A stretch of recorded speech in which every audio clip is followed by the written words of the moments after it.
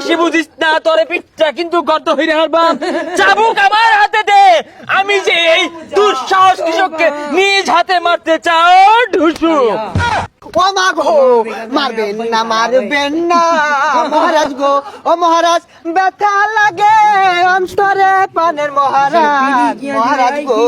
চুপ কর। আলু বেগুন পটল না গাইছি মহারাজ, অনেক খরচ হয়েছে। হাই গো, এখন আমার অনেক টাকা যে লচ হই। খামোশ।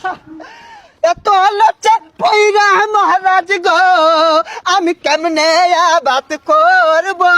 হাই গো, আলু পটল হস্তা হইয়া গেছে গেছে। চুপ কর শয়তান।